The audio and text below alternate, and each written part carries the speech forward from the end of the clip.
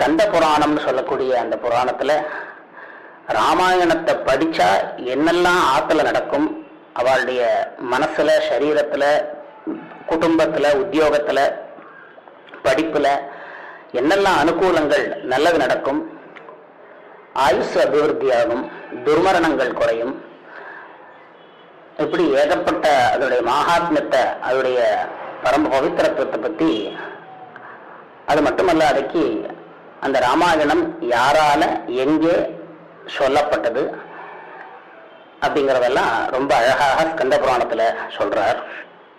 அதை நாம் கொஞ்சம் கொஞ்சமாக பார்க்கலாம். ஸ்ரீராமசரணம் சமஸ்த ஜகதாம் ராமம் வினா காகதி ராமேண பிரதிஹன்யதே கலிமலம் ராமாய காரியம் நமஹ ராமாத் தஸ்யதி காலபீம புஜகः ராமஸ்ய சர்வம் வசே ராமே பக்திரகண்டிதா பவது மே.